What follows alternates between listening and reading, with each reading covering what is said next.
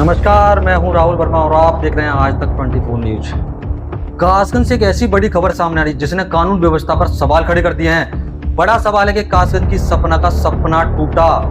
न्याय के लिए दर-दर भटकती रही पीड़िता।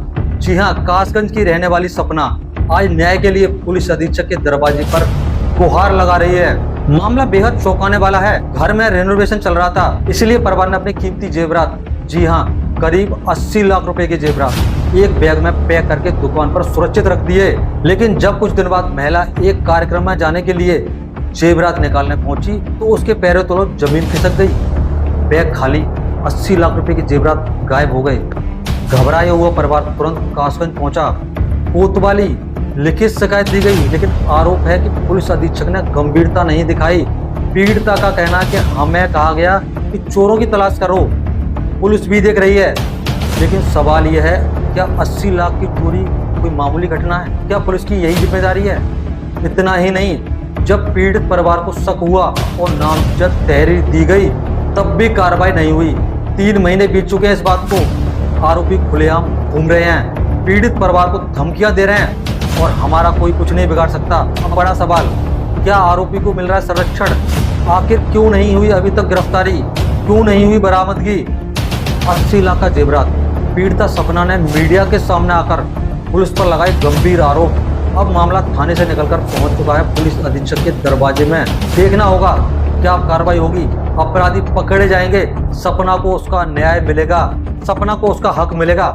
सुनिए पीड़िता की जबानी। पूरी कहानी में बने रहिए आज तक 24 न्यूज के साथ, क्योंकि हम उठाते हैं हर उस आवाज को जिसे दबाने की कोशिश की जाती है। कोई बात नहीं। नाम क्या है? आज आप यहाँ पर आई हैं, क्या मामला है? आज आपने एसपी साहब को एक ज्ञापन दिया है, शिकायती पत्र दिया है, क्या मामला है और आपका नाम क्या है पहले बताएं। मेरा नाम सपना है। मेरा जो मामला है वो 2 महीने पहले मेरे दुकान के अंदर सोना चांदी रखा था 80 लाख का, और हम 4 बहुएं हैं। उन बहुओं में से मैं तीसरे नंबर की बहू हूँ और हमारा 2 महीने पहले शिकायत दर्ज की गई थी कासगंज में, कोतवाली में, कि हमारा 80 लाख का सामान चोरी हो गया और 10 दिन तक कार्रवाई कोई नहीं की गई थी, ना कोई एफआईआर लिखाई जा रही थी। फिर हमने एफआईआर हमारी 10 दिन बाद लिखी गई तो उसमें भी बहुत नाक कराई जा रही थी कि हम नहीं लिख रहे हैं, पहले वो लड़के लेके आओ, ढूंढ के लेके आओ, हमें बहुत टालाटूली की जा रही थी। फिर 10 दिन बाद हमसे एफआईआर लिखवाई गई, फिर उसके बाद हमारी कोई कार्रवाई नहीं हुई। 2 महीने हो गए एफआईआर लिखे हुए और कोई कार्रवाई अभी तक नहीं हो रही है। हम जहां जाते हैं हमसे कोई वो उम्मीद हमसे करते हैं। आपने जब एफआईआर लिखाई, एफआईआर नामजद लिखी गई है कि बिना नाम? नाम दर्ज लिखी गई है। किन लोगों के उसमें नाम है एफआईआर में? उसमें नाम है रौनक, आदित्य, हिमांशु और मेरा जो बेटा है वो केशव। अच्छा, आपका बेटा, खुद का बेटा भी शामिल है? हाँ, उसमें खुद का बेटा भी शामिल, भतीजा है मेरा वो। अच्छा, भतीजा है। हाँ। तो पुलिस ने अभी तक इसमें कितने लोगों को गिरफ्तार किया है और कितने सामान को अभी तक बरामद किया है? मेरा सिर्फ उसमें एक बेटा था तो उसको हमने अपने खुद से उसको गिरफ्तार किया गया है, करवाया है, हाथों से दिया है। और जो 3 उसमें जो मुजरिम थे अभी तक उसकी कोई गिरफ्तारी नहीं हुई है। कोई सामान अभी तक बरामद हो पाया है? उसमें बस एक हार है और कोई सामान नहीं है, 1 किलो चांदी है बस, और कुछ नहीं है। वो भी पुलिस स्टेशन में। कीमत कितनी होगी? उसकी कीमत है 80 लाख।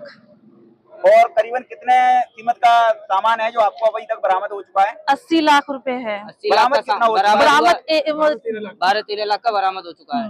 अब क्या आप एसपी साहब से जब गई थी तो एसपी साहब ने आपको क्या आश्वासन दिया है? एसपी साहब ने आश्वासन दिया है कि 2-3 दिन में आपका मुजरिम पकड़े जाएंगे, ये आश्वासन दिया है। ये हर बार हमसे यही हो गए हमको जाते-जाते। हाँ, हमें हर बार आश्वासन दे देते हैं कि मुजरिम पकड़े जाएंगे, हम कार्यवाही कर रहे हैं, हमारी पुलिस लगी हुई है, मगर हमें कोई वो नहीं मिल रहा है। अभी धमकी भी दे रहे हैं। हाँ, हमें धमकी देते हैं कि तुमने हमारा अभी तक कुछ नहीं करा है और हम जमानत ले लेंगे और तुम कुछ भी कर लो, हम नहीं पकड़े जाएंगे, हमारी जमानत हो रही है। और जबकि एक मुजरिम भी नहीं पकड़ा गया है अभी तक।